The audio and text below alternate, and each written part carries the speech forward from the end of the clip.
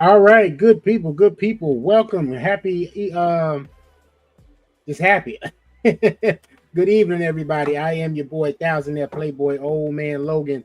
Joined with me tonight, my good friend, my good buddy, the whiskey assassin, the ginger assassin, known as Ken G. I'm gonna say Kenny G. I almost said his real government.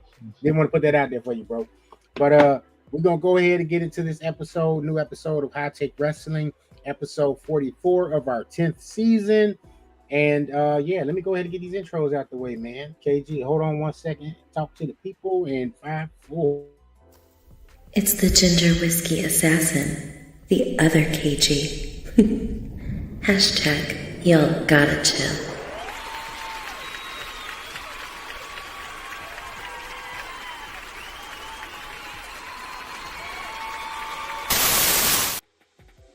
KG, talk to him. Ladies and gentlemen, it took a while for them to get that done, but Becky Lynch no longer sounds like she has dive bar music. Oh no. Uh-huh. Uh-huh. Let me go ahead and hit mine right quick, man. It's Big Oos, Old Man Logan, acknowledge him.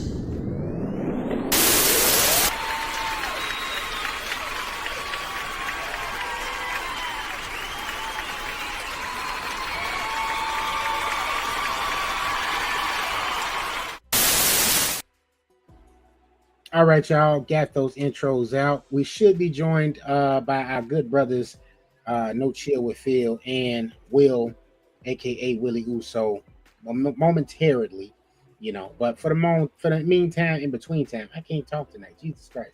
Me and KG are going to get this show started. We are going to do our SummerSlam recap. That's going to be maybe the main piece of this episode. We'll get some wrestlers of the week. KG will do his weekly recap, of course. Heated round table, I don't know, man. I think I got something for that tonight. That's I'm gonna try to withhold until we get to that portion of the show. And yeah, man, we're gonna do it like that. But KG, you ready to go ahead and give him a review, man? Yes, sir. All right, let's get it. And now your week in review. Yeah, so What my night one predictions were terrible. I got one match right, so two technically. I did say Kentucky was gonna cash in. I think I got every other match wrong, man, on my predictions. So that was interesting. I think night one stole the show was probably the opener. Roman and Jay versus the Bronze. I thought that was actually a great way to start the show. I figured they were going to do that. We kind of just talked about that earlier last week. So we said, hey, are they going to do a co-main event or are they going to place them on the card? But great way to open the show. Just a good showing for all four guys, especially we knew that they wanted to make sure that the Bronze actually came out looking strong, which they did as well in defeat. So it took a special type of effort. You know, you had Roman sacrificing himself to take that spear from Braun Breaker. So that was actually interesting because somebody pointed that out, how Roman was basically changing his whole character. Yeah, something we hadn't seen from Roman in at least, 4 years? Yeah, something similar, maybe to even his Shield days when he probably would take a bullet for somebody else. So that was definitely a change of pace. Thought Punk and Gunther had a hell of a match. It was, you know, they're kind of like an old school storytelling, where at times it was slow paced, but for the most part, outside of that first little hiccup, you could see they was trying to decide when they were trying to lock up. I think Punk was thinking where going for like an arm drag or something. There was a little bit of hesitation there going on, but I thought it was just great storytelling from the standpoint that the old gunslinger still had something left in him. In terms of not, you know, super old, obviously, but more on the lines of it's still in great shape, but more on the lines of his prime years, probably what 10 years ago, give or take, when he wasn't even Yeah. wrestling anymore. But yeah, and then like someone said, Gunther just fits a lot of errors and fits almost anybody's style for sure. Um, let's see, night 2, I think I got all those correct on my predictions. I'm not sure about you. I think night 2 was a little bit easier to predict too, just in terms of the direction they were going to go with those storylines. So I don't Mhm. think anything would have shocked me with night 2. Um, in terms of who won and lost, I think it was kind of a given. I think we all had the same pitch for the most part for night 2. I think only thing is I believe you might have had Seth cashing in and that main event as opposed to Seth cashing in on night 1. But I believe we all pretty much had the same picks for night 2. The TLC match stole the show for sure. Closely followed by Cena and Cody, because that was way better than what they did at WrestleMania. What they did at WrestleMania was just awful. But my only thing is I wouldn't have had them kick out some mini finishers. Just because I'm kind of one of those stands. Hence to this shirt, the only thing anybody's ever kicked out of this guy's finisher. Hmm. The one winged angel. I'm just a believer that sometimes finishers should be protected because when we were younger, that was not a thing. If it was, that happened once, maybe what, every 6 months or so, where people was kicking out of the other person's finisher. That's the only knock, but that's me nitpicking, but that still was exponentially better than what they did at WrestleMania for Cena and Cody. Totally. And then, like I said, the triple threat with the women, those two are. I still got to give a nod to the TLC match, though, man. I don't.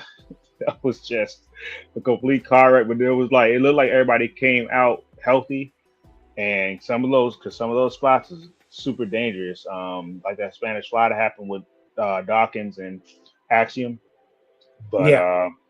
and then the Candice LeRae spot as well, even though she wasn't officially in the match. It's just because I know she takes bumps though, because she was wrestling like the Young Bucks and some of those guys when she was in the indie scene in Cali. So it's like one of those things where, yeah, she was taking them, but there was a rarity to see her take those type of bumps in WWE because I don't think they really let her go up to her potential, in my opinion. And obviously Brock is back, so I don't know about people about the morals of that situation. I'm not surprised they brought him back. I was expecting a different opponent. I was expecting Gunther, as I said numerous times on here. That doesn't mean won't ever get to that. I'm hearing reports that he might be legitimately injured. They did that spot with the table to kind of get him off TV for a little while with that Mhm. finish. So I'm hearing something about it's legit is wrong with his nose. That's what I'm hearing. I don't know if that's confirmed or not. Um, in terms of what was happening with AEW, I thought Mox and Heyman had a hell of a match for the rematch for the World Championship. Um, they definitely made it look a couple times like Mox can get the title back the way that was, even though realistically he wasn't. Just the way it Right. was set up with all the interference and all the run-ins and all that. But pretty good match. I mean, somebody pointed out too. I thought this was funny. They said now that when Seth cashed in, did you see that little tidbit? They said now everybody from the Shield is a 6-time world champion. No, I didn't see that. Oh snap! Yeah, so Roman has won the WWE Championship 4 times, won the Universal Championship twice. Seth's won the World Heavyweight Championship, I think, WWE twice, and then Universal, I think, twice, and then that's WWE twice. Yeah, he had to. I know he won the Universal twice because he beat Brock at WrestleMania 35, and then at SummerSlam later that year. Yeah, so he had to be 2-2-2 for him because he Okay. cashed in on Roman to win the WWE Championship, and then what was his next WWE Championship win? Oh, he beat Roman. He beat Roman at Money in the Bank before Dean cashed in. So yes, that's a 2-2-2 for all his, and then Mox is a 4-time AEW World Champion, and he's a 2-time NJPW World Champion from Japan. So I did think that's an interesting tidbit. Also, Punk and Rollins became 6-time. If you don't acknowledge Ring of Honor, my fault, because I think they both are 1-time Ring of Honor champions, Punk and Rollins. But that was the same night that Punk won his 6th World Championship. Steph gets his 6th championship.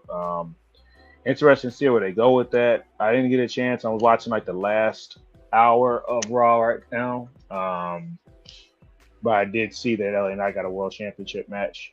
It's good to see that they're finally utilizing him again in that main event scene. because you know he only got that one off against Roman with the crown jewel at the end of 2023. Yeah. So and fans are stuck with him. So it's one of those things too. We don't want to always just say, "Hey, well, he's over or she's over." Let's put him in that title picture because you know you got to build equity. And like I said, the fans are stuck with him. That's another thing. So that's good to see that they're finally probably going to continue to go that route. And who knows? Like I said, maybe he's a pick to win the Rumble next year. Who knows? Yeah, man. I did not know that made them all 6-time champions, including the Punk, which I run right because yeah, full circle moment there because who did the Shield debut with? You know what I mean? Who he said he had a hand in creating the Shield and all of this good stuff. So yeah, that's kind of cool. That's kind of cool. The Brock thing, I know that ruffled a lot of people feathers. As you know, in our personal group chat, you know, me and Joe have been going back and forth about it, and it's one of them things where I'm not necessarily taking a side there. Not to, you know, he used to love to say, right, I got on my WWE glasses, right? Now I have my glasses on, but when talking about the stuff that's been announced with WWE this last couple of days, you know what I mean? We got a potential release as well. We'll discuss shortly. A lot of this stuff, I think us as fans, sometimes we forget that this is a business at the end of the day. And it's in it being business and in saying that it's a business, there's gonna be things that we don't like that take place. Like it's going to happen. You know, Brock returning in the fashion he returned. I mean, he returned. You know, he looked great. I made the joke in one of my text messages and group messages that he reminded me of Psycho Sid with the hair. It just seemed a little wet. Pause. But he still had a lot of controversial stuff taking place. You know we don't have to rehash it here, but we knew he was a big component of what happened with VKM and his, you know what I'm saying, case that was going on. And it left a lot of people wondering, I guess, okay, had this happened? And apparently, if you look at reports on the not the news, but you know, on social media, WWE's legal team supposedly had Brock cleared last week before SummerSlam even took place. They just hadn't returned him, obviously, because they were waiting to use him for that spot, I suppose, right? Mm-hmm. So to say that and be just like uber just disgusted and like, how could they bring him back morally? Hey, it's business, bro. Like, do I think Brock should be back on WWE television after all of that happened? It's much like what we were saying about Hogan last week, bro. Like, sure, Hogan said some hellacious things, but you got to remember, was Hogan not back on television after he said those things? Yeah. You know what I mean? Business is going to business, bro. Whether we like it or not, it's going to be things that are going to take place. It's going to be things that's going to happen that we're not going to like as fans, and we don't have to like it. It's all there because it's there to improve and recoup somebody's bottom line at the end of it all. This is business. Then it's a professional wrestling. The moves that are being made, is it, you know, making not a monopoly? I'm trying to think of the words I'm trying to say here. I'll just blurt some of this stuff out. It's being reported ESPN is going to now be the home for WWE premium live events, right? So it's going to be on, I believe, ESPN Plus is their direct-to-content streaming platform. And it could cost fans up to $30 an event. Like, they won't have the model that we've had in place that we've gotten used to. And I'll be honest here, man. We were spoiled by it. We were able to just get the WWE Network when they worked the king side of that. Then they went over to Peacock. You get your little streaming subscribe, you know what I mean, to Peacock, WWE Network, or whatever, and boom, you get to see every premium live event for free. You know what I'm saying? While you're paying for it per month, without having to shell out the pay-per-view dollars anymore. Again, to just peel the curtain back on our inner workings and our conversation that was being had, I simply was telling Joe he's trying to blame WWE in a sense for these things taking place. No, Joe, that's not what's happening. TKO is remodeling the infrastructure. WWE is not what it was. Like, as much of a piece of crap that a lot of us felt Vince McMahon was and is, however you want to look at him, right? It was certain things he did to protect the business that a lot of people, a lot of fans aren't going to be willing to admit. But you get shows like Unreal when you don't have somebody there protecting kayfabe anymore. It's new owners, bro. This is a new regime.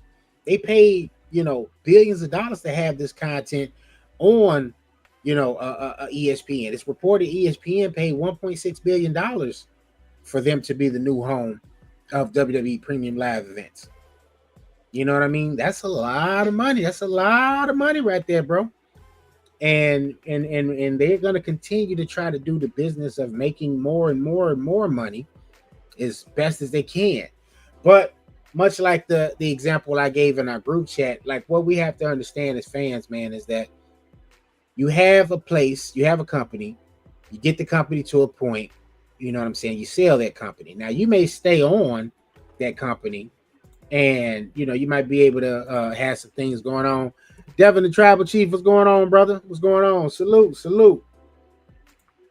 You might be able to keep some things in place in that initial year that they buy or acquire, whatever wording you want to use, that business. But what you will see, because they're going to do it, they're going to start to implement their protocols, their processes. And that's when you're going to start to see things changing. Sure, they let Trips do his thing for a nice little bit of time just so they could get the inner workings of how things work. And then from there, what happens? We have these people that sit at this board and they begin to dictate what they want and how they want it done. And now it's Triple H's job and the creative job, which is why they're being put in those roles and what they're paid to do to make those things valid. You know what I mean? To make those things believable and entertaining to us, the fans. So a person getting upset, or I don't necessarily want to say in their feelings, but you can't blame the brand for that. You have to blame the owner of that brand for that, because that's who's calling the shots. The WWE is what it is. When TKO bought it, that was an acquisition. They bought that because of the brand of professional wrestling, sports entertainment, of what it meant to that industry. There is nobody over WWE. Nobody. That is the top of the mountain. So for them to buy the top of the mountain and try to refine it and try to combine it, that's why when the acquisition took place, what did they do? They put those huge championship titles next to each other. You have the WWE title right here. You have the UFC title right here. And since then, they've been trying to figure out how to merge and manipulate those worlds together in order to continue to make dollars. So it's either going to be something that's going to upset you, or you're just going to find what you can find from it to enjoy it and keep going on about it. It's just the nature of the beast. We don't have to agree with it. We don't have to watch it. You know what I'm saying? But this is where we are present day. And you have, thankfully, as fans, we all have places that are alternatives. We have the TNAs, we have the GCWs, we have the AEWs, we have the New Japans. But let's be realistic here, bro. How many fans are actually tuning into these alternative, wrestling programs? How many of them are? We do a podcast here, and we teeter the line. A lot of the guys, Phil says it all the time, he barely watches AEW. I know I check AEW when I can. I've been a little more vested in it the last couple of weeks, especially now that god awful. I'm so glad they took that title off John Moxley. Death Riders. Get that the hell out of here. So I'm a little more vested now. And I've always, even though I have been critical of AEW, I've always been in a space where I want AEW to thrive, to at least become that number two for, not only the sake of us, the fans, but for the people that are in the industry that make a living, you know what I'm saying? That live, That's where they bread and butter comes from. So if they have to have an alternative, or else you have to do whatever you have to do. And we know at one point in time, WWE was the monopoly, and there was like up to 400 wrestlers that were just on the roster. They weren't doing anything with half of them, and they just wasn't catering, not doing nothing, not being able to live out the dreams that they had for the particular type of wrestler they felt they were. God bless the dead. We got to see Brody Lee in a light that you know what I'm saying, that they weren't utilizing him in as Luke Harper. So kudos to AEW for giving him that opportunity. But who was there at that time? You had Cody Rhodes there at that time. We got another comment right here from the Devin the Travel Chief I want to highlight right quick. I'm actually saving money with this new deal. I get to drop Peacock and get the PLEs on ESPN included with my YouTube TV. So, you gotta, I like how Devin's thinking. You gotta look at the stuff, man, and just weigh the pros and the cons. I know I've been talking ad nauseum about this, so we're gonna get ready to change topics in a second, but I definitely want to get your thoughts on the KG.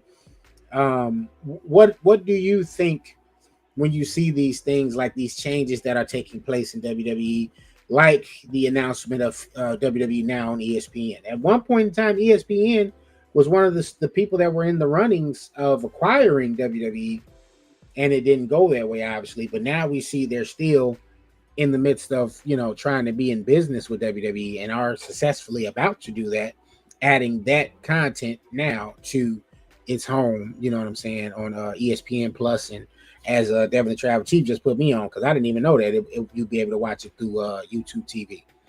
So what are your thoughts on that, bro? What do you think? You said it's just about a business model. You got to one has to keep expanding to do whatever they can to make the company keep driving. And we never thought that probably never thought that they were going to go to Netflix. So there's just one example of the business model. You just got to change with the times.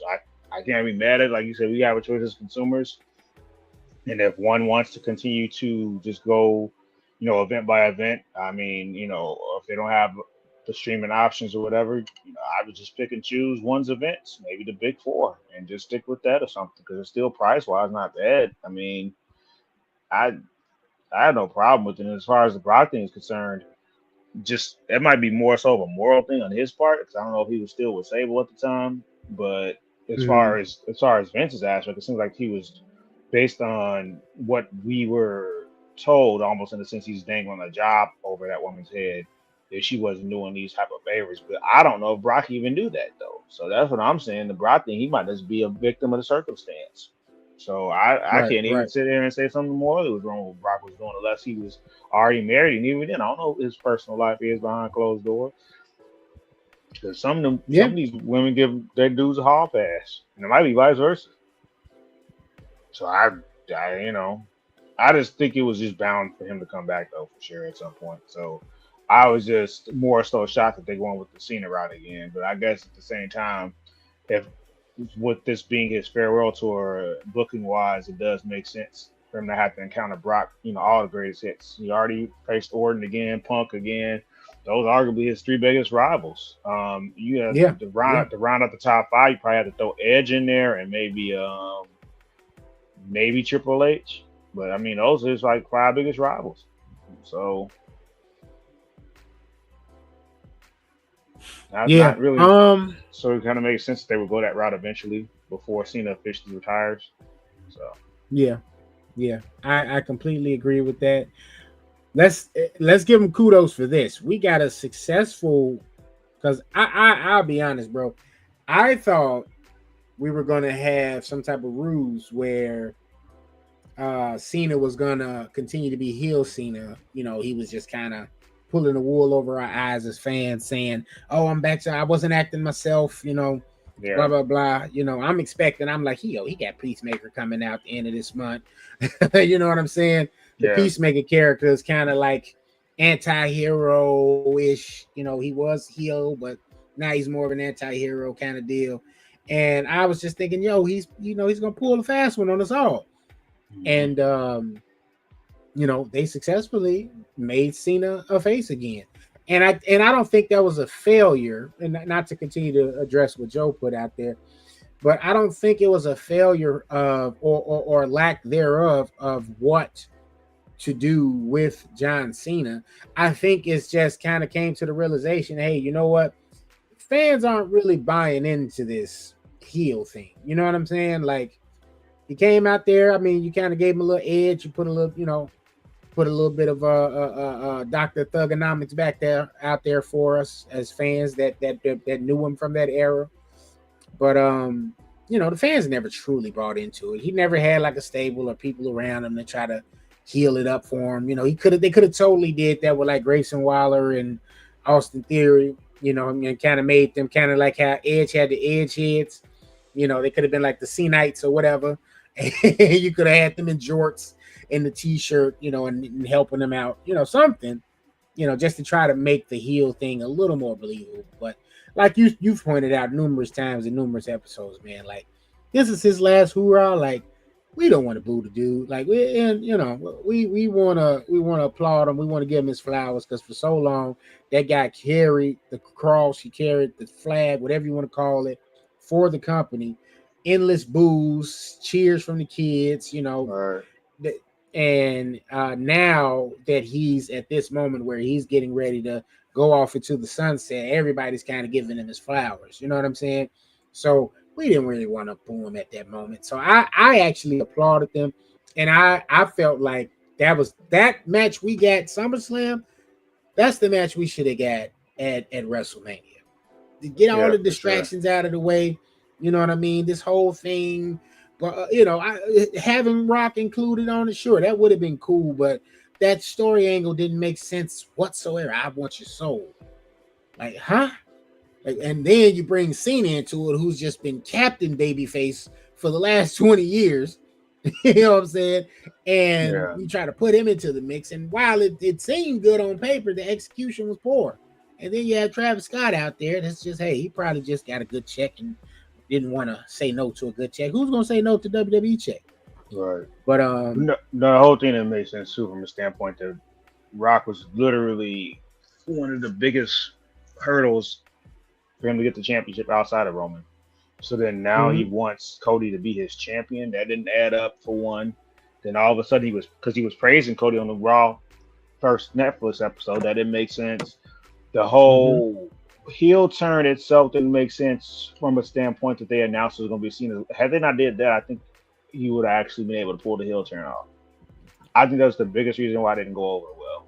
The fact that it was announced this is Pharaoh tour, and then also this just was 10 years too late for the fans to care long term. Yeah, it was great. It was a great moment, but it's 10 years too late.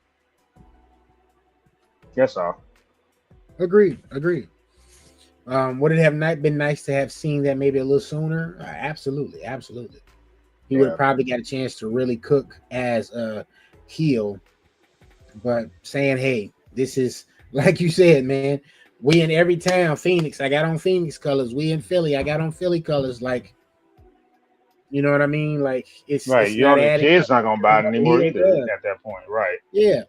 Every shirt one last time in whatever city we in. So, it's just kind of like, yo, it was a good thought, but it didn't really pan out. And who knows? Maybe this was the plan entirely from the jump. Like to say, hey, we tried. Kind of do your thing. We tried, and then we're gonna bring it back around to do your, Cena as a face and do his biggest heels, I guess, in that regard. Who's bigger than Brock? You know what I'm saying? Right, exactly. Ultimate Rocky Drago, you know what I'm saying? Matchup for Cena. You know what I mean? You have him. I do, much like you, I do want to see maybe Gunther come back and be the person that gets the feather in the cap when it's all said and done. I think that's who probably needs it the most at this point. Karrion Kross. Karrion Kross is another one, even though I heard his contract was up or is up this week. So if he's gonna get, him and Scarlett are gonna re-sign or not. I mean, sure, they've used them in recent weeks, but by and large, the last he came back. He's been back. When did we go to Nashville? That was 2 years ago now, 3 years ago. He came back 3 years ago, and they put a stable around him. They didn't really do much with him up until now. You know what I mean? They Mhm. gave him this small feud with Sammy. Him and Sammy definitely made the most of it. Both of them so much so that they got a SummerSlam match out of it. So Right. that was good for both of them. I just don't know if I'm carrying Cross. Is that enough to keep me around? You know what I'm saying? Mhm. You're still not putting me in the title picture. You still haven't gave me championship opportunities. You know what I'm saying?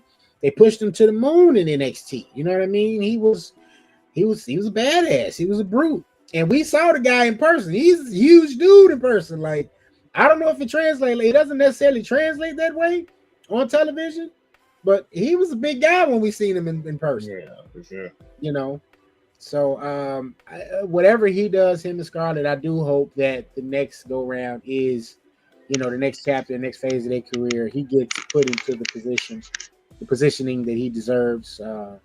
Because he's shown that he can carry a promo. He's shown he can carry a match. I one of my favorite matches from him while in the WWE system was him and the Prince in NXT. Yeah, for You sure. know, so And it's who a lot knows? They coming. might switch. They might be able to switch shows. If everybody's switching shows, LA Knight's popping up on Monday Night Raw. Maybe he resigns and they send Cross back to SmackDown.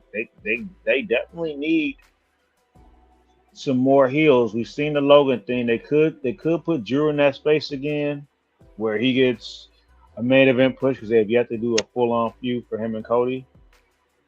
Yep. So, but outside of Drew, you really don't have anybody lined up unless they turn Orton heel. Just in terms of who could be believable that the crowd's behind enough to care about in a feud. So maybe Cross is going to go to SmackDown. I wouldn't do it right away though, because I think Cody's going to keep it for a little while. Obviously not going to have it for another year again. That's not going to work. Right. Right. But if, if it's not Drew, then I don't know who they would put it on after Cody when Cody drops it. So maybe that could be a plan. Because I'm trying to think. I wouldn't put Solo in that. Solo's good enough on the mic, but they already kind of tried that push. I'm not saying Solo will never be a world champion, but plus he already got the U.S. title right now. I'm just doing the math in terms of who's presented in a as a threat as a heel on SmackDown since Cena's no longer a heel, obviously with the top heel. Right. Other than Drew, I'm not. I don't think you're gonna put it on Logan yet. At some point, I'm sure Logan's gonna be a world champion too, but maybe Cross gets the Dirty Championship on SmackDown. Who knows?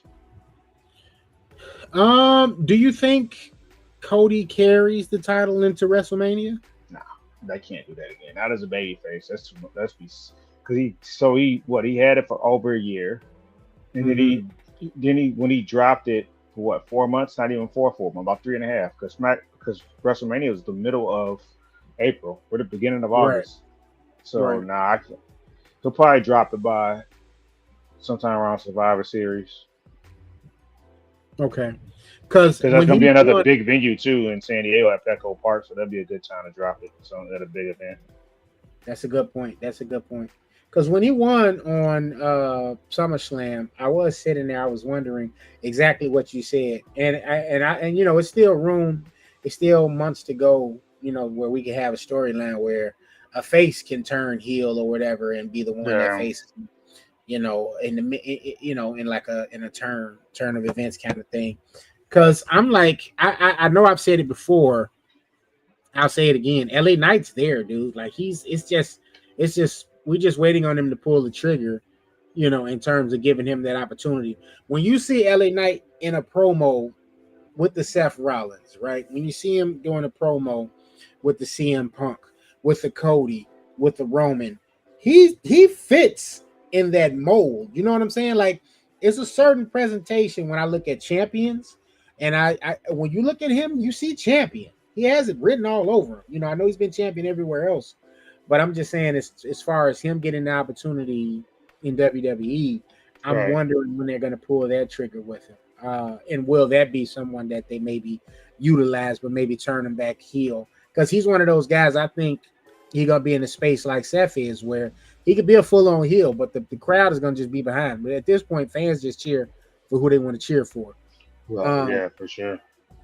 But with Cross, I was thinking, and while I wouldn't be mad at a return to SmackDown, I was totally thinking maybe a return to NXT because I would love to see him face Oba.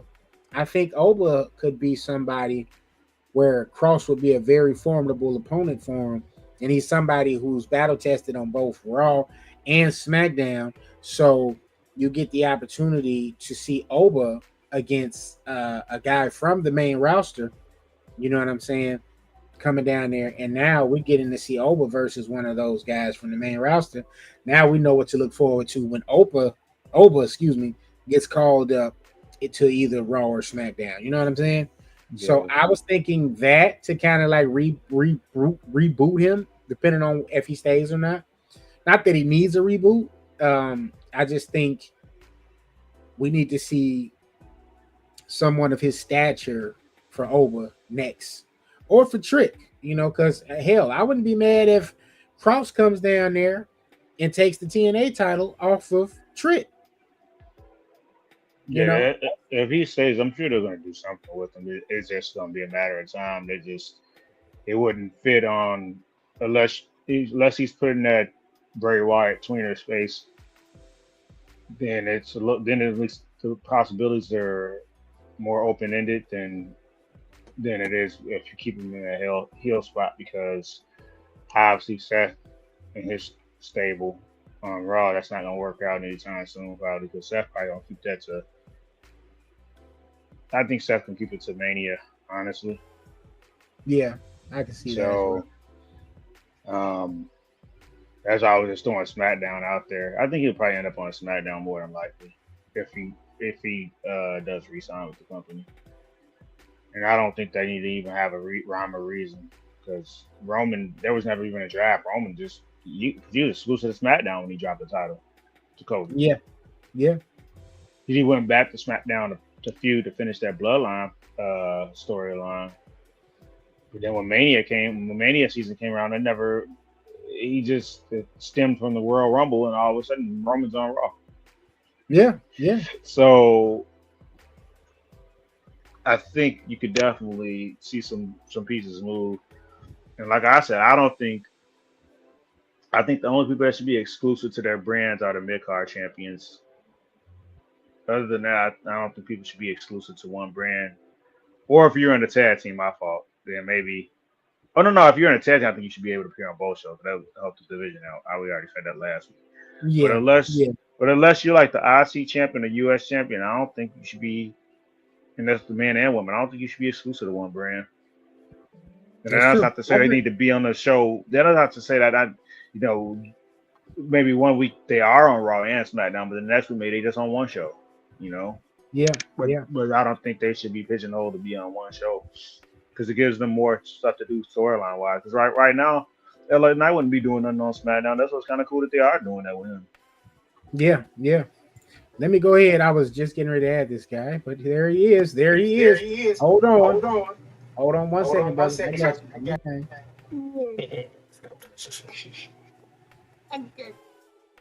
And now, your wise man, No Chill with Phil. #MM99.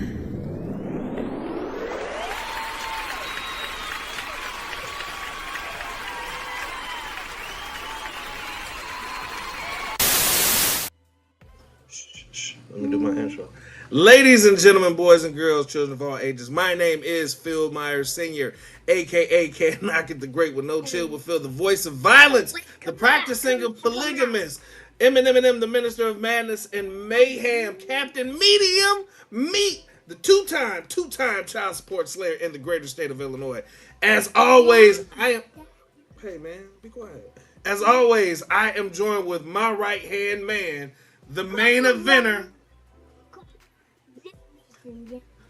On there. Yeah. Quiet. What up? It's your boy, Phil Myers Jr. Hold on. Wait. Time out. Some more energy, brother. Some more energy. I know you just had a birthday. Yeah, you flat. Bring that out. Yeah. Come on. Come on with it. Come on, boy. What up? It's your boy, Phil Myers Jr., the child support recipient I am your Black Panther. I am your God of War. I am the stop. Yes, sir. You know who it is. You do stuff, Christian, and you know how it is. Yeah, go ahead. You do.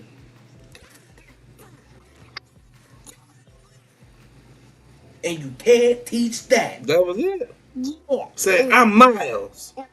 Mario. I'm a spider baby. Big I'm a mutant. mutant. And you can't teach that. And you can't teach that. Bam.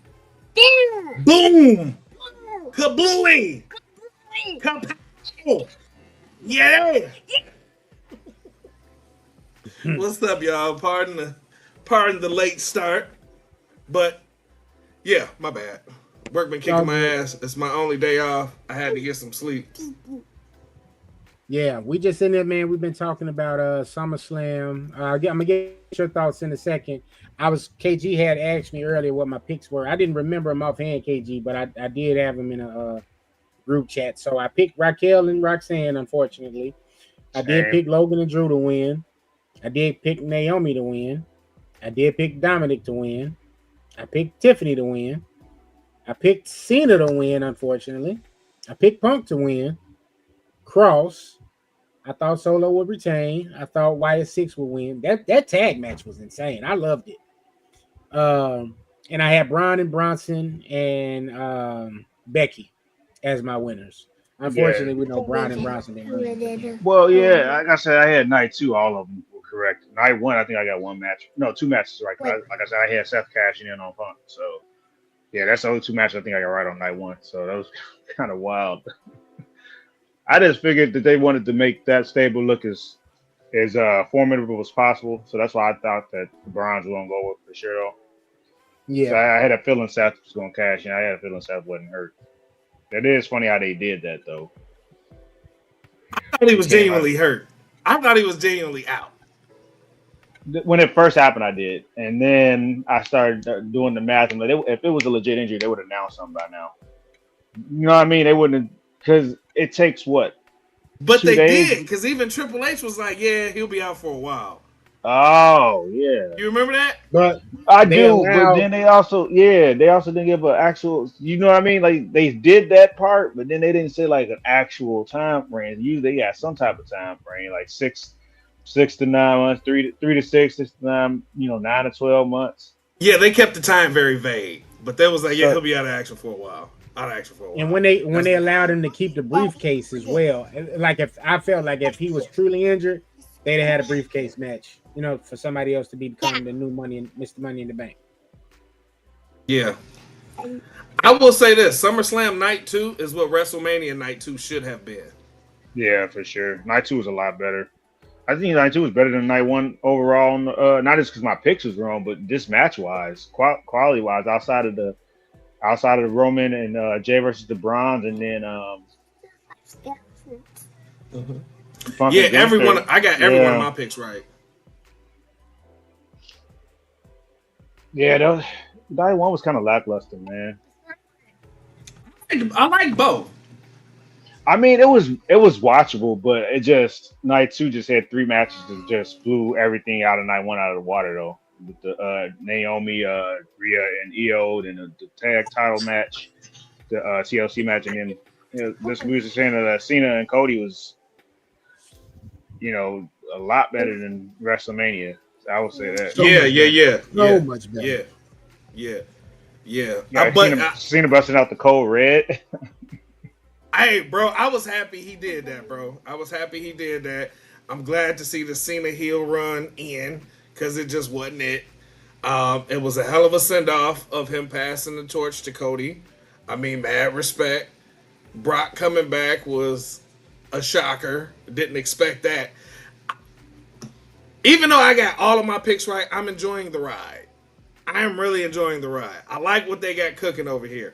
I'm not happy about them doing this shit with ESPN. I'm not paying $30 for a PLE. And since when did we start calling pay-per-views a PLE? Oh, they've been doing it for at least, KG, 2 years now? I'm disappointed. They were trying maybe to even 3. You down with PLE? No. I mean, because we haven't been doing pay-per-views because if you got Peacock, hey, you was able to watch the the pay-per-views, the special events. So you weren't pay-per-viewing anymore. So it was like, all right, now we now they involved getting in. greedy. Now they getting greedy with the shit. Now they Now getting greedy. what I was me and KG was just talking about, one of the comments we got from Devin the Tribal Chief, he actually put me up on some game because I didn't know. He said, I'm actually saving money with this new deal. I get to drop Peacock and get the PLEs on ESPN included with YouTube TV. So I don't know if you got cable over there, bro, or if you doing YouTube TV. I definitely got YouTube TV. So I was just kind of like, well, that kind of put me on game because I didn't know. I didn't know we were gonna be able to watch it via YouTube. I had to look into that. Yeah, that's gonna be a game changer if it is. Let me say hi to my niece. Hi, niecey. But Phil, wow, KG is doing that, brother. Tell us, what were some of the match highlights you enjoyed from SummerSlam? What do you think about some of the news that we've been getting? Much like you just said your piece about WWE content, especially the premium live events.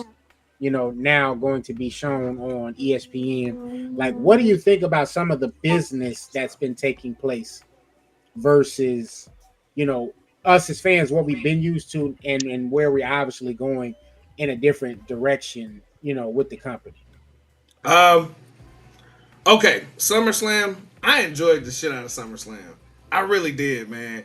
Even though I was watching it in and out at work, I really enjoyed the shit out of SummerSlam. Night one, CM Punk beat Gunther, hell yeah, fanboyed out, and then 3 minutes later, here comes Seth. Like, ain't that some shit? And where everybody may have seen it coming, I didn't. I definitely didn't. And I'm here for it. I'm here for it. Mm-hmm. When you look at wrestling as a whole and call it a male soap opera, call it whatever, that's what wrestling fans live for. We live for this type of shit. It's hilarious. Right. You're showing how strong you are? Yeah, we live for that type of shit, man. An amazing storyline, amazing storytelling, action. Everybody tore it up to me. This wasn't like, to me, this wasn't like WrestleMania where night one was lackluster. Mm-hmm. And then night two was like on fire into the last match. Like, that's what it was like to me. With SummerSlam, everybody was on point. Stand up, baby. From there, yes. I got a what? Tell them Happy Christmas. No, not hey. What, you got something to say? We did that already. We did our intros already. Please again. No, baby, no. As far as the business, it's big business making big business moves. I get it, but it's not always for the benefit of. It's not always in our favor. I think them. Here's where I have a problem with ESPN. Correct me if I'm wrong. Everybody knows I am not a sports watcher, right? For years, ESPN has never been on the professional wrestling train. But now that you see it's white hot, now that you see that you got billion-dollar deals and sponsorships and Prime and Riyadh, Saudi Arabia, and this group and that group and blah, blah, blah, blah, blah. Now everybody wants to jump on the money train. Stop it. You see what I'm saying? ESPN hasn't really supported professional wrestling. They may have acknowledged when someone passed. They may have acknowledged a social media high spot for a change. But just for a quick blip, they've never really been in full support of professional wrestling. So to give them such a grandiose partnership where now they're going to host every pay-per-view or PLE, I think is kind of whack. I would much prefer them have done everything with Netflix. Mm. One thing I don't want is WWE to spread itself too thin. ESPN to me is fickle, bro. It's fickle to me. I don't rock with it. What up? Go ahead. I'll say my comment one. No, go ahead. What was you? I was gonna say I think that pairing, that deal becomes as an end result of TKO. TKO already had the UFC content over on ESPN, so I think 1 + 1 = kind of 2 in that equation, and they paid them handsomely for it. They got apparently the reports are saying they got $1.6 billion to be the home of the streaming for those premium live events on ESPN. Now, I think again, what we've been seeing as far as ESPN is it's been a lot of stuff from its parent company, which is ABC, and the writing kind of was on the wall if we really think about it, because remember they just announced the whole Universal Studios thing, where they're going to have the Haunted House featuring like the Wyatt Six or something like that from WWE. So I didn't know that. Yeah, so if we really think about that kind of stuff in totality, like it's just ABC just kind of milking and not necessarily merging, but making partnerships with people where they can, pair, their content or merge their content in some type of partnership with another content creator, if you will, and see if the opportunity becomes something lucrative there. That's why, like what I was saying in the group chat, like I explained it with KG, and I'm kind of just go over it real quick with you. I'm pretty sure you got what I was saying in terms of branding and business and TKO. It's like WWE is a brand. You know what I'm saying? WWE is not responsible for these moves that are taking place. WWE is not owned by WWE anymore. Like, you know what I'm saying? It's not owned by Vince McMahon. Like, they have an owner now. They have a board of directors. Like, these people are only worried about their bottom line. They're going to do some stuff to appease us, but the large, majority of their, decisions are going to be things that are going to make them money. You know what I mean? So I think when we get to finger pointing, Joe used to say it all the time. I have my WWE glasses on, and it's like, nah, brother, this isn't WWE glasses. This is business. This is how things go. Bro, what are you doing? But one thing I think KG still researching the other stuff. What do you think about WWE possibly doing a WrestleMania event as soon as WrestleMania as soon as 2027? Excuse me. They're talking about that may be in Saudi. I don't see why not. Just all in the name of business, right? Like it's one of those things where I mean, if that's what it is, it's all in the name of business. Just as long as they got to bring it though. The shows in Saudi Arabia, they've been very lackluster. Like they've been very off. You know what I'm saying? It just ain't been as good. Go play. You want to go play? Yeah, because he definitely wasn't letting you do your thing. Careful, baby.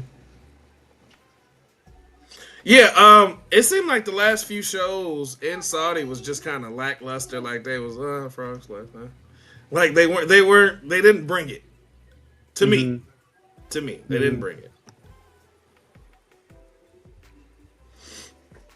But yeah, I mean, it is what it is. Like you said, it's all in the name of branding. It's all in the name of business. They got to do what they got to do.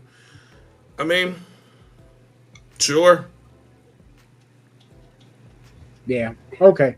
Because I was like, I'm like, is the guys getting this? Because I know, in our personal chat, like we be in and out all day. Like, we working, we doing our thing, but it's just we don't have a chance to like respond immediately. So I'm like, I'm hoping they're getting what I'm saying here. Like, I'm not trying to be like a shield or justify what's happening. It's just I understand what's taking place. You know what I'm saying? Like I don't have to like it, but I understand what's taking place, and I'm not just gonna finger point, like the Mhm. monkey from Family Guy.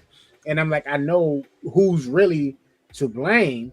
And I've been seeing a lot of content creators just kind of, taking a dump on stuff that's happening with WWE content. And I'm just like, yo, that's not WWE calling those shots. Like, I think people keep forgetting, like, yo, these people they're not, Triple H is not really in control. Like, You not said really Triple what's taking H. place here. You I said said Triple Triple H. I H. thought I said Triple H. Triple H isn't really in control.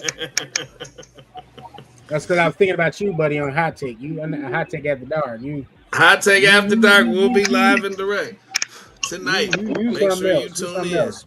And right on time. All right, JoJo. Right on What you time. mean? I What you mean? literally just mentioned Hot Take After Dark, and here we go. Boom, JoJo's there. What you mean? What you mean? We off the chain? Now you are off the chain, my friend. This is you. You've been cutting up. You've been cutting up. I mean, what you doing is got the people talking for sure. So it ain't nothing bad. I'm just saying you've been cutting the rug, brother. You've been cutting the rug.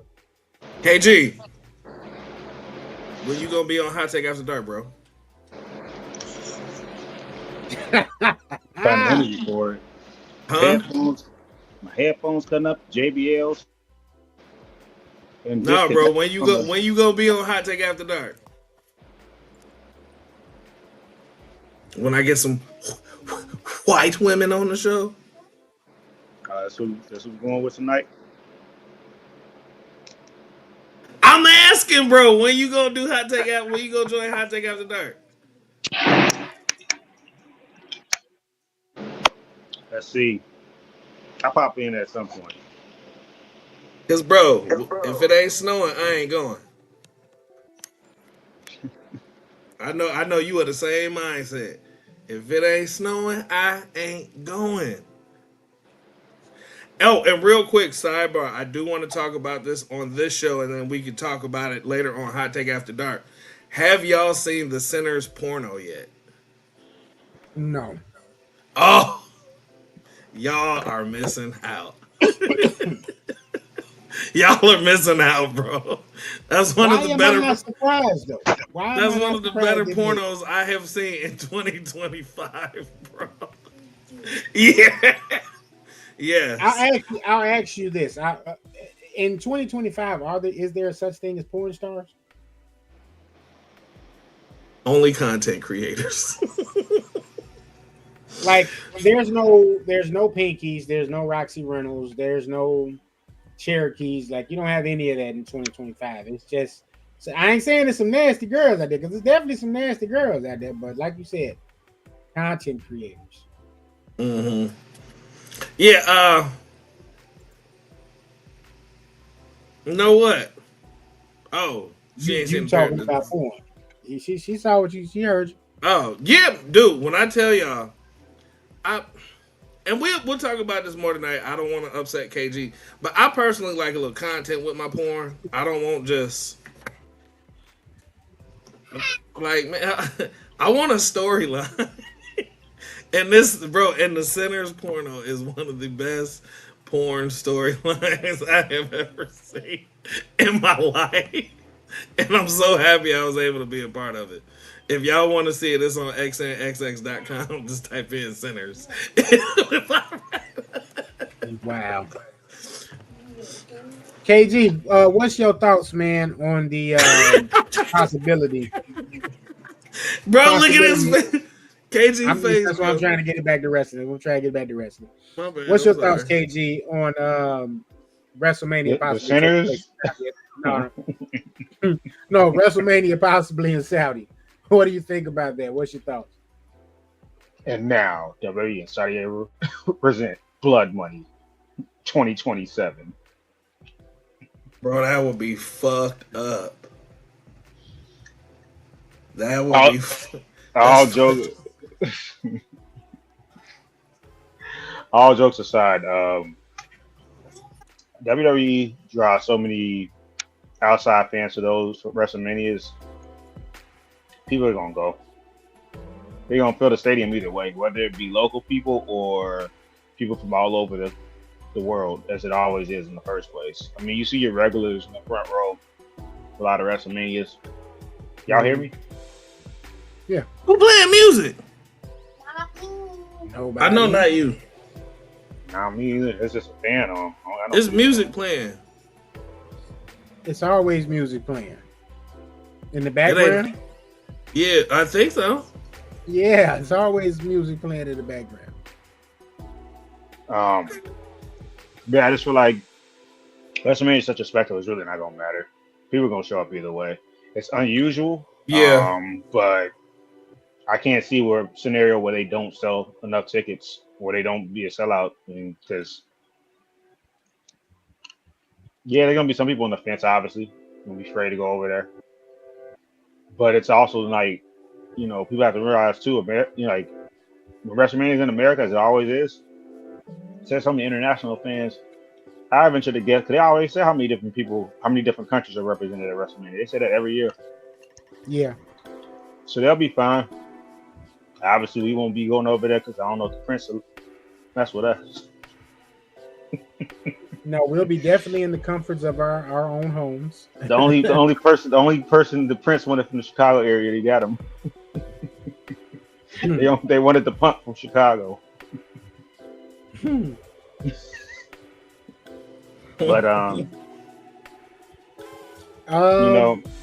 people, long as the wrestlers don't get held hostage anymore. Yeah, we ain't had that since, what was that, the second event they had there? Vince got Vince, out of there. when Vince left on his private plane, then he They held the mugs hostage? No, so the story goes, Vince and them were having an issue about the pay, and Vince and them was demanding more money or something, right? That's how the story goes. And he took off on a private plane and left the rest of the wrestlers. So he didn't even make sure they got on the plane. He left on a private plane. It was a big. You can look at. I can't remember the exact story, but in a sense, he dipped off. He took his little crew. It resulted in SmackDown being kind of like altered, because we ended up seeing, I think, that episode like NXT and Raw talent on SmackDown, because half of the roster for that particular show was gone. You know what I'm saying? They were still in Saudi, so they didn't get a chance to be on the show. You know what I mean? Stranded in Saudi. They were stranded in Saudi. Yeah. That's crazy. What was I getting ready to say? Yeah, speaking of Logan's point, that is exactly what happened here, because they didn't have enough talent for the show. Because their flight was delayed. They basically, some of the wrestlers felt like they were being held hostage in a sense. That's fucked up. That's not funny, but that's why some of them didn't go back. That's why some of them didn't go back over there before they switched. Like FTR was one of them. They was not happy about it. So this is around 2019, right? Give or take. Because FTR went to AEW by 2020. I forgot there's a couple other wrestlers over there. They were not happy at all. Like I said, Vince, when he got on this private plane, I think he took Brock with him. Oh, you know Brock was on Vince. He totally on Vince's plane. You know that. Speaking of Cody, I didn't mention this when we were talking about Cody earlier. They quietly changed Cody's championship from the undisputed WWE championship to just the WWE championship. What do you guys think about that? Yes, well, they should have. Why, if you undisputed, doesn't that mean you should be the only world champion? Yeah. Or a unified champion? They don't even. The fact that they kept calling it undisputed once they brought in the World Heavyweight Championship 2 years ago was kind of dumb. Yeah. The one thing that I my bad. Did I cut somebody off? No, you're good. You're good. The one thing I will say that I was disappointed in with SummerSlam was that they let the Wyatt Six retain. That's just trash, bro. That is such a wasted opportunity with the tag belts. They are like the least best performing tag team out of all of the tag teams that are in the tag team division. I co-sign that. They didn't contribute anything to that match. Like, bro, they had that one spot where Dexter Lumis did it, crashed on top of Montez forward to the table. Other than that, they ain't do nothing. They ain't contribute nothing. Like, look at the best spots of that match. Go ahead, Phil. Go ahead. I'll let you finish though, because I'm thinking about that match and I'm like, man, they didn't do anything. No, and it was a hell of a match, but no, bro. Like what I'm saying, the Wyatt Six, and I've said this before, shout out Will. I know he gonna be mad at me, King in the Black Robe, but Wyatt Six, they missed their mark, bro. They missed their mark with the Wyatt Six. And then to let them retain the belts for what? For what? For what? That spot with Tommaso Ciampa, where he was hanging on the rope, when he was hanging with the belts, and then like flipped his body to go right, like, bro. When I tell y'all, like, I clenched up, like my butt clenched up, bro, because I was hoping that the thing didn't snap. You know what I'm saying? Yeah. Yeah, because it did. And It was again, terrible. and that's coming from a wrestling fan that was watching the pay-per-view when Owen Hart fell. You know what I'm saying? Mhm. Or even when you see people just kind of like, you don't know how much weight that support can hold. You know what I'm saying?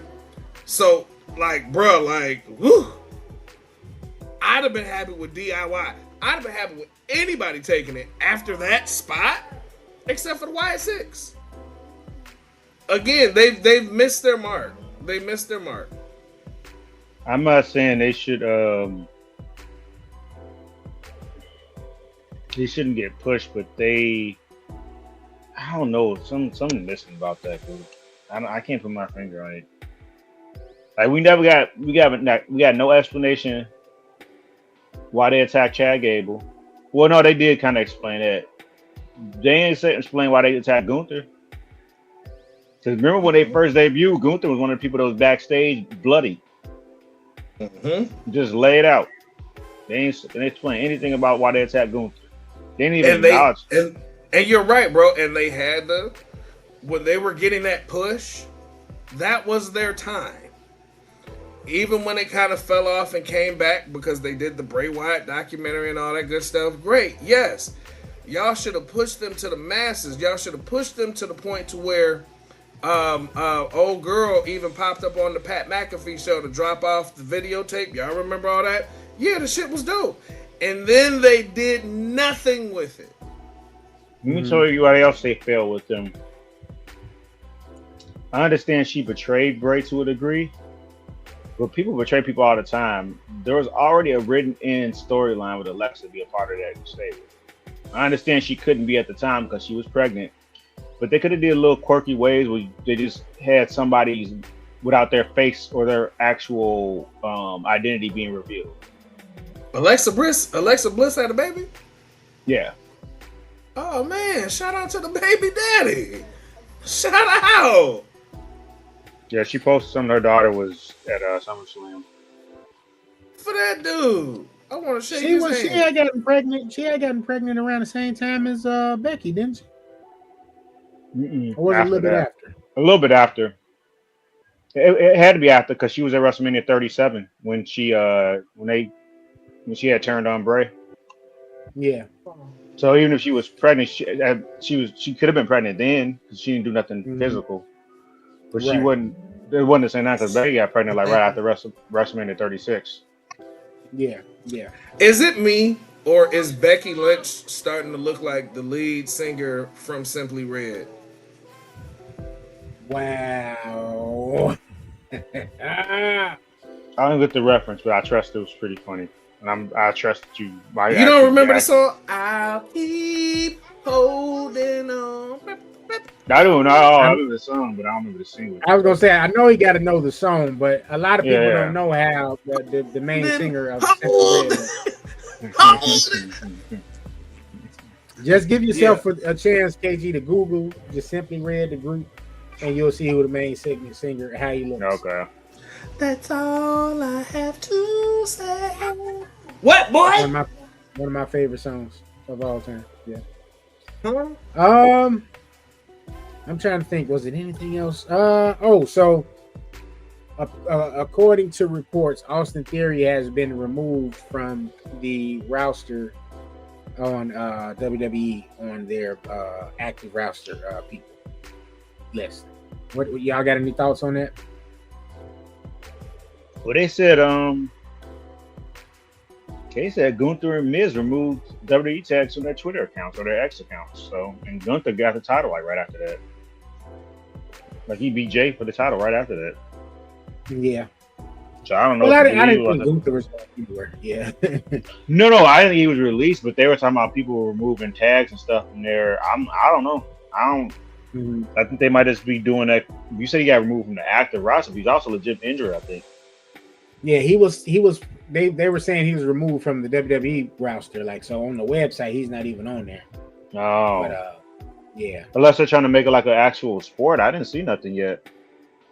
Because people said Yeah, Miz I got. saw- But I'm saying people said Miz is officially like released. Like around that time, Truth got released. Truth that actually announced was released. But because Miz did remove like all of the WWE stuff off of his tag and stuff on X. I don't know if he did it on Instagram or any of that. I didn't follow him on those, but I did see that, and it did look like they had released him initially, and then he just popped back up on SmackDown. And I was like, oh crap, Miz is back.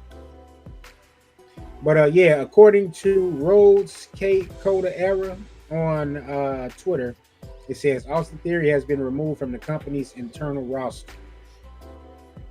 They weren't doing nothing with him anyway. If he's removed from the internal roster, I think that might mean he might just have a long-term injury. I don't think that necessarily means he's released, though. I've heard about that before, too, them doing that. Okay, so that could have been why they hinted and basically did split him and Grayson. Yeah. Okay. I mean, it might be official. I just Googled the WWE release and nothing. It's not showing anything on Google. So I'm assuming somebody would have broke that story if it was a legit release. Probably decided they always remove people. I thought from the internal roster when they're legit injured, though. Because I mean, they're not Go ahead. based on what I remember when I used to go on those like Wrestling Inc. and all that. They would say that for people that were legitimately injured. I mean, which means they just like they're not making any plans for them booking in the storyline. So that's like that means like the writers are being told don't write anything for that person.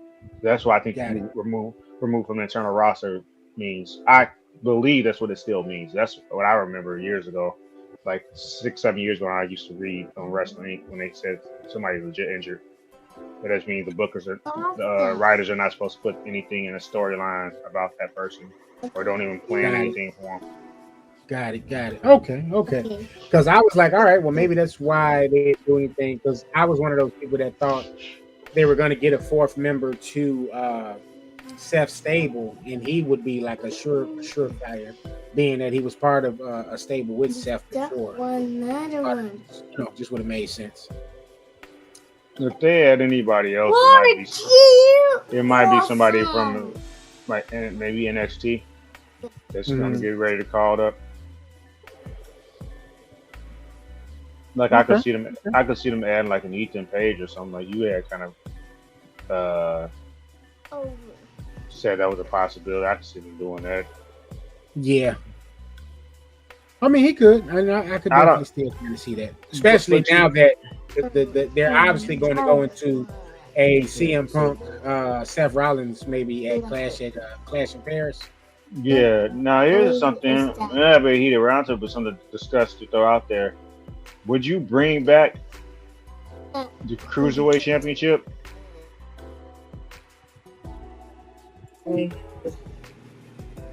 Because you got guys like Ray Phoenix, you got Mello. I mean, you don't want to pigeonhole guys. I don't mean they can't get out of that division. I'm just thinking of guys they're not really doing nothing with. If they bring that back, that needs to be like a traveling belt. Like whoever they put it on, has right. Of course. Right, like, exactly. You got to be on Raw. You got to be on SmackDown. You got to be on NXT. You got to be on TNA, AAA. You're going to have to be the workhorse. Outwork everybody. The last few times they had the Cruiserweight belt, they didn't really do shit with it. You know, there was just lazy internal booking. Yeah. They did a lot of stuff where not enough belts, too much talent. Yeah. Then too many belts, not enough talent. Now they got a shit ton of talent that they really need to spread across the board. They really do. Yeah, Logan was just speaking of that earlier about how that years ago they was basically a monopoly before some of these other companies were around. and then they weren't doing anything with some of these talents. So I was just thinking, if Seth Stable adds somebody else, they don't necessarily have to be, because you already got two powerhouses. I was thinking maybe somebody that's not as like like weight wise, maybe somebody like a Carmelo. I don't know, but I don't know what you would do with him on Raw. You're gonna have to have a purpose if you add. They might be even add anybody else right now. I mean, because you look who's out there, who's not being utilized on television. As I said, outside of Austin Theory, I don't know, man.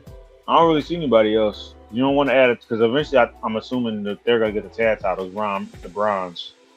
Yeah. B&B. Yeah, exactly.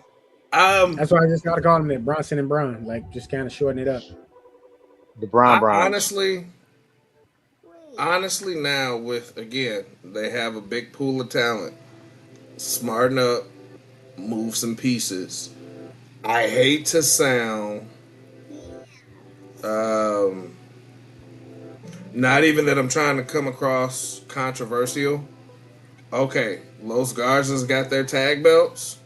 Have them and like LWO with that lucha programming. You feel what I'm saying? Yeah. And then have them come back and for whatever show they'll have them come back and forth, back and forth, back and forth. Trick Williams, TNA champ. Put somebody else down there and build up that TNA brand and wreck shop between TNA and NXT. Boom, boom, boom, boom, boom. It's a lot of moving parts that they really need to keep up with because you don't want. This is the time where people can get lost in the current. And I hate to say this, but you can see like a dope performer like Andrade, like Phoenix, even Penta, a few others get lost in the shuffle. And then before you know it, it's like, yep, they was released. And it's like, they released them. The writing right now, they just don't know what to do with it. If y'all watch the Unreal documentary, which is dope. Turn it on. Hold on, y'all. My bad. Get out of here. PJ, get over here and turn this off. That's some old man shit. Give brother phone. He gonna give it back.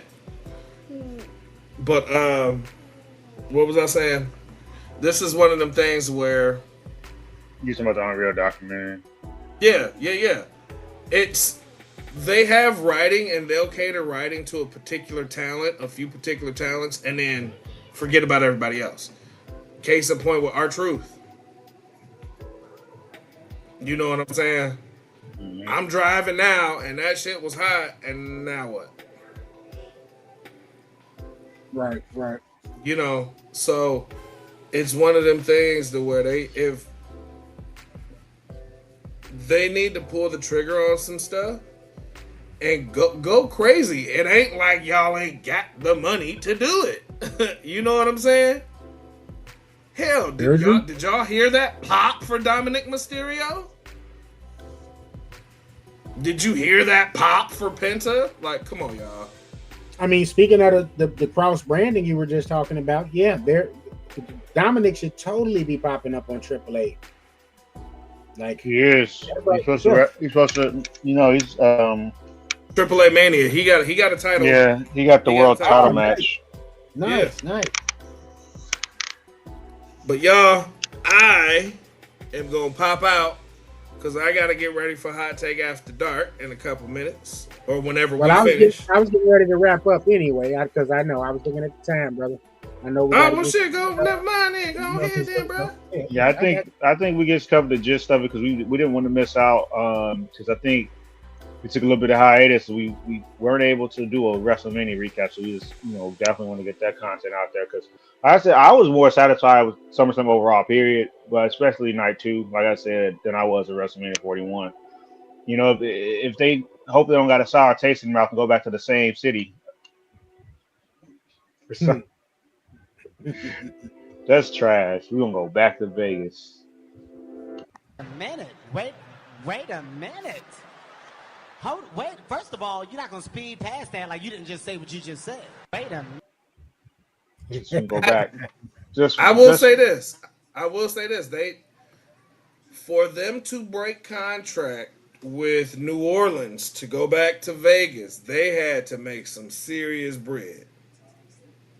They Yeah, had to make some serious bread. I would And like. Oh yeah, not like that, man. Yeah. Because to get out of that contract, can you imagine how much money they had to pay to get out of that contract? Yeah, yeah. And Yeah, obviously so didn't care because they were like, "Hey, yo, we back here in Vegas next year. That's what we doing." I was gonna say. Oh, I just think it is hilarious that they avoid the Midwest a lot unless it's indoors because they've gone to Jersey twice, 29 and 35, and they've been to Florida how many times without coverage? Because they remember they had a rain delay 4 years ago, they and they had sure a as couple. hell did. They had a couple of promos on the fly because Drew was supposed to face Bobby Lashley for the time. It was like ad libbing promos backstage as they waited. So like they didn't come off awkward, but you could tell that like they had to improvise to do something to kill time. They Hmm. sitting up there finding people backstage to interview. Yeah, man. Oh man, because as All wrestlers, right. once they get warmed up and ready to go, they probably like, man, now what we got to do now, Hurry up and wait. right? Mhm. So, but Yes, yeah, sir. All right, man. Well, we're gonna go ahead and end this thing on out, good people. Make sure y'all check us out on social media. Right there, number one with a bullet, Hot Take Wrestling on TikTok. I didn't get on TikTok this week, but I will get on there next week. Um, Instagram, Hot Take Wrestling. All righty. Artist formerly known as Twitter, known as X now these days. Wrestling Take. Twitch. Thank you for the monetization. We're gonna figure out how to get the streaming over there and get the computers puting, as Cameron once said.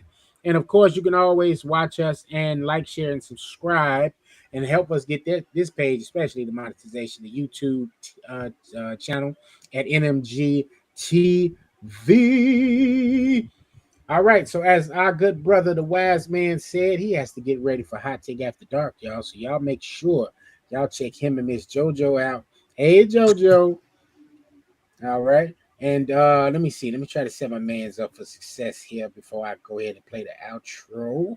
Nah, bro, let me do it. Let me do it. I'm learning this shit. You got it. I'm You got learning it. You this got it shit. queued up. You got it queued up. Let me learn the shit, bro. Let me learn it. I've been messing with some shit, so I'm getting there. All right. All right. I'm You getting got it right. there. You got it ready. You got it ready.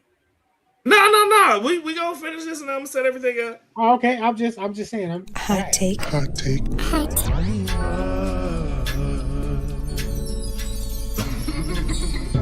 take after dark.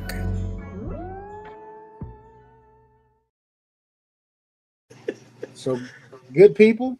My buddy Phil is going to go ahead and take over. Phil, you behave, sir, because Hell no. Hell no. Hell no. you've been on the Y'all know what tail it with it, is? brother. You've been Yo, on the give tail with it, me it brother. is 10:33 now. Me and Miss JoJo will be ready for Hot Take After Dark by 10:45, Lord willing, if I don't mess nothing up. So yeah, y'all go get y'all something to drink, pour a nice healthy glass. We talking cash shit tonight. Me and Miss JoJo got a surprise for y'all. So make sure y'all lock in. All righty. So that is Hot Take Wrestling's edition, season 10, episode 44. We up out. Check out our boy Hot Take After Dark, No Chill with Phil and Mrs. JoJo.